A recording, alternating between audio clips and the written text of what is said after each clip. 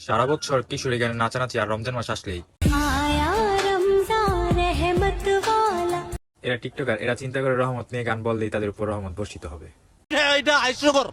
তারপর রমজানের প্রথম রোজা কে কে রাখতেছো? যদি রেখে থাকো তাহলে অবশ্যই কমেন্টে জানাবা। কমেন্টে জানাবো, কিন্তু তার আগে দেখে আসি আপনি রোজার আগের দিন কি করছেন।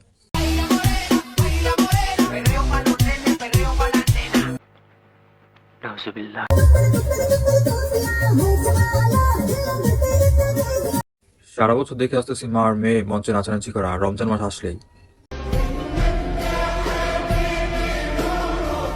আমার আফসোস হচ্ছে বরকাগুলার জন্য। সারা বছর বেচারা থাকে চিপায় চাপায়, রমজান মাস আসলে বের হয়, আবার রমজান মাস চলে গেলে তাদের খবর থাকে না।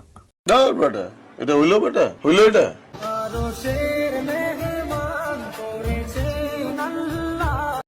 তেমন কিছু না, সারা মাস যখন বরখা না পরে রমজান মাস আসলে বরখা পরে, তখন শয়তানের রিয়েকশন।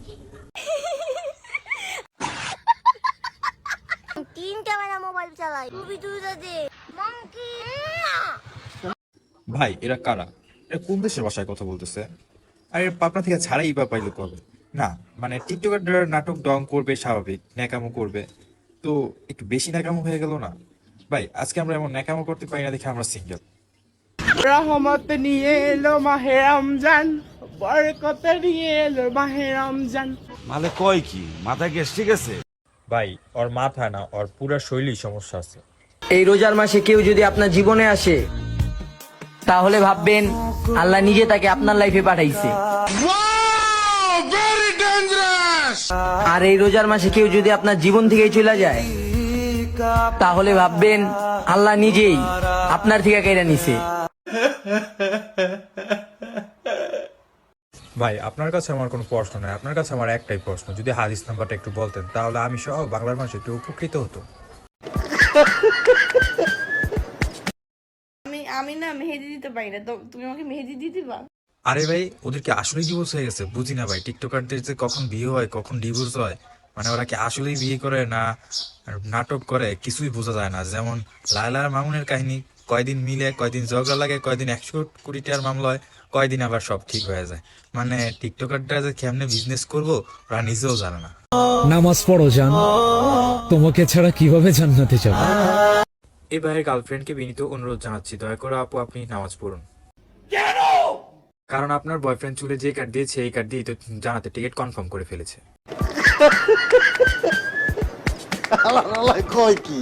আপনাকে ছাড়া সে জানাতে যাবে না, সুতরাং আপনাকে নামাজ পড়তে হবে, আর সে তো চুলের কার্ড দিয়ে জানাতে চলে যাবে।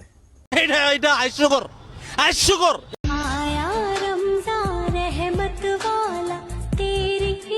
माशाल्लाह क्या खूबसूरत है लड़की, কনফার্ম জান্নাতি লড়কি।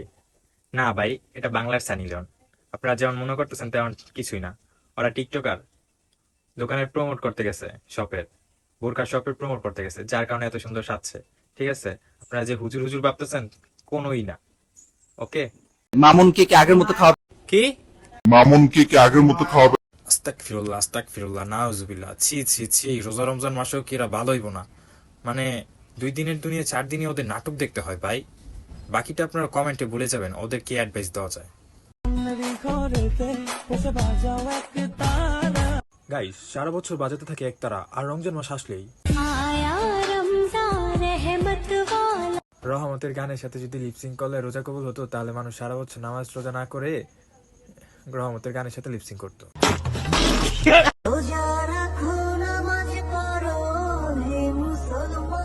সেই সাথে লিঙ্ক বের করো 4K-তে, যা বাংলার মানুষ অতি সূক্ষ্মভাবে দেখতে পারে। এটা হচ্ছে আপনাদের প্রিয় কাপল ব্লগার ফারহান আক্তার বিথির আগের চেহারা, আর এটা হচ্ছে তার বর্তমান চেহারা। মানে মোটামুটি আকাশ পাতাল পার্থক্য। আর এটা নিয়ে বর্তমানে সবাই ট্রোল করতেছে। যাই হোক, আমি এটা নিয়ে ট্রোল করবো না, বিকজ এটা আল্লাহ প্রদত্ত ফেস। যাই হোক, আপনারও চেহারা দেখবেন, আগের চেহারার সাথে এখনের চেহারা মিলান, দেখবেন আগের চেহারার সাথে এখনের চেহারা মিলবে না। সো কারো ফেস নিয়ে অন্তত এমন ট্রোল করা ঠিক না। তারা বউ ব্যবসায়ী, হ্যাঁ তাদের নিয়ে এমনিতে ট্রোল করি, ওইটা আলাদা সাবজেক্ট, বাট ফেস নিয়ে ট্রোল করাটা আসলেই ঠিক না।